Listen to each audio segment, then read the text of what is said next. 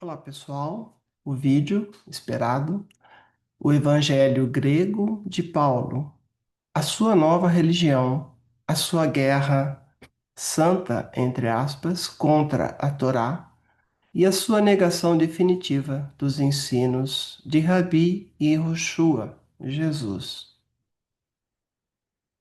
Vamos compreender inicialmente o conceito de jugo e as duas visões opostas.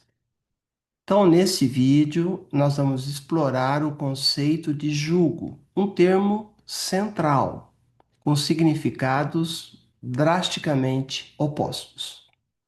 Para o Rabi Yehoshua, Jesus, o jugo dele era tov.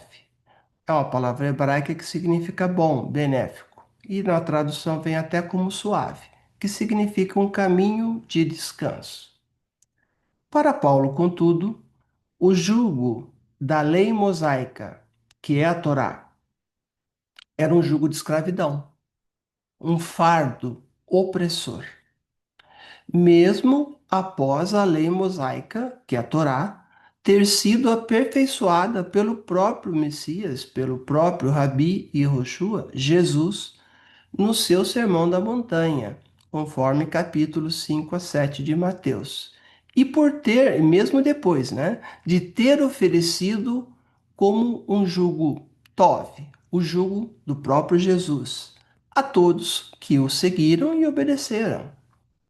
Essa fundamental divergência e discordância de Paulo o levou a criar o que eu denomino de Evangelho grego de Paulo, um tema que aprofundei no meu segundo livro, Dos Detritos aos Manuscritos, o caminho de volta às originais em hebraico, através do fio de Ariadne. Nós mostraremos aqui, didaticamente, com as próprias palavras de Paulo, como ele operou essa distorção, visando e conseguindo afastar os pequeninos de Jesus do seu próprio jugo bom, o Tov, o jugo de Jesus, que é benéfico e suave da Torá. Analisaremos como esse termo jugo é abordado e os impactos dessas visões nas tradições cristãs de diversas denominações evangélicas e as traduções para português que se seguiram. Rabino Yehoshua, Jesus. Muitas pessoas esquecem que ele era rabino. A sua vida cotidiana e a sua prática judaica constante até ser crucificado. Yehoshua era um rabino judeu, praticante e militante da Torá. A sua vida e ensinamentos estavam profundamente enraizados nas tradições e leis judaicas. Ele frequentava sinagogas regularmente, como Lucas 4,16 atesta, ao descrever o seu hábito de ir à sinagoga no Shabá, que é um termo hebraico, que corresponde ao sábado, e celebrava as festas judaicas, conforme João 7,10 e 10,22, que narram a sua presença em festas Sukkot e Hanukkah. Há indicações, como em Mateus 9,20, onde uma mulher toca a franja da vestimenta de Jesus, que ele usava o que se chama tzitzit, que são as franjas prescritas pela Torá. Conforme Mateus 5,17, ele afirmou explicitamente não ter vindo para abolir nem revogar a lei ou Torá de Moisés, mas para cumpri-la, ou seja, dar-lhe o sentido pleno e verdadeiro. O discurso na encosta da colina, conhecido como Sermão da Montanha, é o jugo Tov de Jesus sobre a lei de Moisés, a Torá, somado com misericórdia, que é um termo hebraico que chama-se Shesed. Nesse contexto, o termo hebraico ou jugo carregava uma dimensão metafórica positiva na tradição judaica. assumir o Ol Malkut Shamayim, Ol Malkut Shamayim, o jugo do reino dos céus, era um ato de honra. E o Ol Torá, o jugo da Torá, representava um privilégio para aqueles que se comprometiam com seus preceitos. Vamos analisar o jugo do Rabi Yehoshua, Jesus, uma perspectiva de descanso. Em Mateus 11, 29 a 30, Yehoshua, Jesus, declara, abre aspas, tomai sobre vós o meu jugo, pois o meu jugo é tov, bom, suave, e o meu fardo é kal, que significa leve. Fecha aspas. Nesse contexto, Yehoshua, Jesus, apresenta o seu próprio jugo não como uma carga, mas como um caminho que oferece menorá, que é um termo hebraico para descanso e paz profunda. A proposição de Jesus se alinha com a ideia de que o cumprimento da Torá, sob a sua interpretação como rabino, não é um fardo opressor, mas um meio de alcançar a tranquilidade profunda e paz espiritual e viver uma vida harmoniosa com os preceitos divinos da Torá. Paulo, na contramão do que foi dito por Jesus, trouxe a caracterização do jugo como escravidão. Paulo, que não foi um discípulo direto de Jesus durante a vida terrena deste, surge em um período posterior, cerca de 4 a 6 décadas após a morte de Jesus. Em suas epístolas, Paulo aborda o conceito de jugo, ol, em hebraico, de forma contraditória, contrária ao significado hebraico dado pelo próprio Jesus. Em Gálatas 5:1, Paulo escreve, abre aspas, para a liberdade foi que Cristo nos libertou, permanecei, pois, firmes e não vos submetais de novo a jugo de escravidão, referindo-se aqui à lei, que é a Torá mosaica de Moisés. É importante notar que o próprio Yehoshua, Jesus, assim como seus seguidores iniciais, viviam e praticavam a lei, a Torá, a lei mosaica, a lei de Moisés. Em Gálatas 4:9, Paulo caracteriza os rudimentos da lei, ou seja, da Torá, ou os princípios elementares da Torá, como, abre aspas, fracos e pobres, fecha aspas, indicando a sua insuficiência ou inferioridade. Há, portanto, uma clara divergência na forma como Paulo e Jesus se referem ao conceito de jugo e à própria lei, que é a Torá.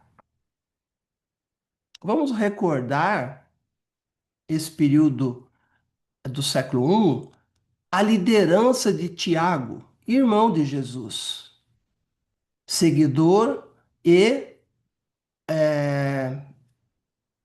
seguidor e praticante da Torá. E a liderança em Jerusalém após a morte e ressurreição de Jesus. E a sua divergência, a divergência que ocorreu entre Tiago com Paulo.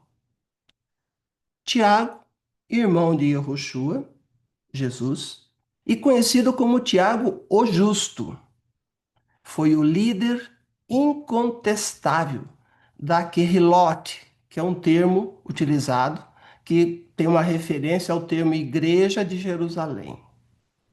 A sua liderança era plenamente aceita pelos 12 discípulos originais de Jesus, lembrando da substituição que houve após a questão que envolveu Judas, na qualidade de sucessor. Então, Tiago, o justo, líder incontestável de Jerusalém, na qualidade de sucessor e irmão de Jesus. E ele mantinha a prática da Torá, da lei, a lei de Moisés, já dentro da orientação de Jesus, seu irmão. O livro de Atos 21:20 menciona, vamos prestar atenção, dezenas de milhares de judeus que creram em Jesus eram, abre aspas, zelosos da lei, da Torá, fecha aspas, evidenciando a continuidade da observância do jugo de Jesus, da observância da Torá entre os primeiros crentes existentes à época. Incluído, obviamente, nós estamos falando de crentes judeus que aceitaram. Tiago expressou uma preocupação com as abordagens de Paulo, que, por exemplo, confrontou publicamente Pedro, Cefas ou Kefas, depende da pronúncia em hebraico, um dos 12 discípulos, conforme registrado em Gálatas 2, o que ilustra um conflito evidente sobre as práticas e a autoridade. A sua carta, particularmente em Tiago 2, de 14 a 26, apresenta uma perspectiva sobre fé e obras que divergem de certas interpretações da teologia paulina, ao afirmar enfaticamente que, abre aspas, a fé sem obras, e quando se fala obras, está se falando de obras da lei, da Torá, a fé sem obras é morta, fecha aspas, sublinhando a necessidade da ação e da obediência à lei de Moisés, a Torá, por óbvio, conforme Mateus 5:7, já dada a interpretação misericordiosa pelo próprio Jesus. Chegamos, portanto, ao desafio que ninguém quer enfrentar. Chegamos ao ponto crucial, o desafio que a teologia tradicional insiste em ignorar. Veja, se Jesus ofereceu seu próprio jugo e disse que é bom e suave, e Paulo prega a liberdade de todo jugo, chamando de escravidão, quem está literalmente contradizendo quem? Se o jugo da Torá, interpretado com misericórdia por Jesus, é suave, dito pelo próprio Jesus, como Paulo pode chamar isso de escravidão? Se Jesus disse, abre aspas, não vim abolir a lei que é a Torá, fecha aspas, como pode Paulo pregar, aspas, não estamos mais debaixo da lei da Torá, fecha aspas? A matemática não fecha, nem os argumentos fecham. Nós temos que tratar também da autocondenação de Paulo. E aqui está a ironia final, que Paulo, talvez sem intenção, proferiu em Gálatas 1, de 8 a 9. Abre aspas. Mas, ainda que nós mesmos, que se inclui ele, ou um anjo do céu, vos anuncie outro evangelho, além do que eu já vos tenho anunciado, seja anátema. Fecha aspas. Paulo, em suas próprias palavras, criou exatamente isso. Um novo evangelho, um outro evangelho. O evangelho grego, como eu chamo. Uma redefinição radical da fé judaica, que, com um tom autoritário, rejeita o jugo suave de Jesus e constrói uma falsa liberdade, entre aspas, que contradiz diretamente o próprio Messias.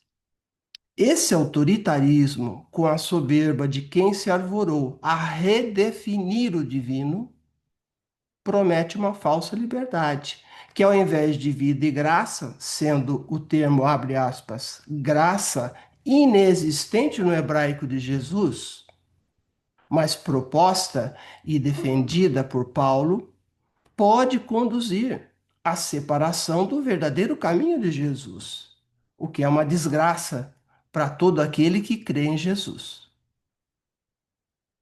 Eu te desafio agora, com todo respeito, você que nos assiste, a uma busca pessoal pela verdade. Pesquise o significado hebraico de ol, que é jugo, a palavra que Jesus usou. Questione por que Jesus ofereceu seu jugo em vez de rejeitá-lo. Compare isso com a rejeição total de Paulo à lei de Moisés, a Torá.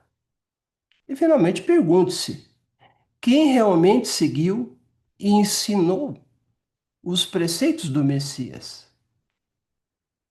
Lembrando que a verdade, ela está contida no hebraico que Jesus falava, não no grego que Paulo escreveu. A pergunta que não quer calar, após tudo que exploramos, é: quem está pregando outro evangelho? Jesus, que ofereceu seu jugo suave, cheio de misericórdia e verdade, mantendo a Torá? Ou Paulo, que rejeitou a Torá de Jesus e todo o jugo de Jesus e criou uma falsa liberdade que se opõe ao rabino judeu e Messias? Você decide, mas agora você sabe a diferença. A verdade hebraica foi por muito tempo enterrada pela teologia grega paulina e mais ainda pelas traduções para português.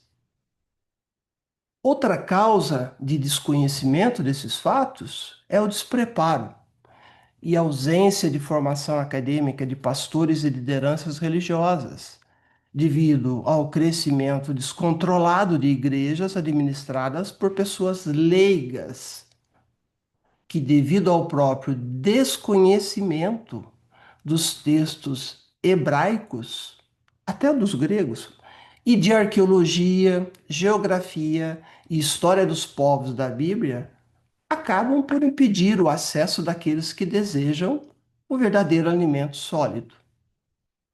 Está na hora de desenterrá-la e restaurá-la. O jugo de Jesus, como ele mesmo disse, é a Torá, a lei mosaica, de forma suave, porque tem misericórdia e verdade que só ele soube traduzir no sentido de interpretar a verdade. Obrigada por assistir e sejam todos bem-vindos ao meu canal de Instagram e YouTube. Meu nome é Maria Antônia. Até breve. Até o próximo vídeo. Tchau!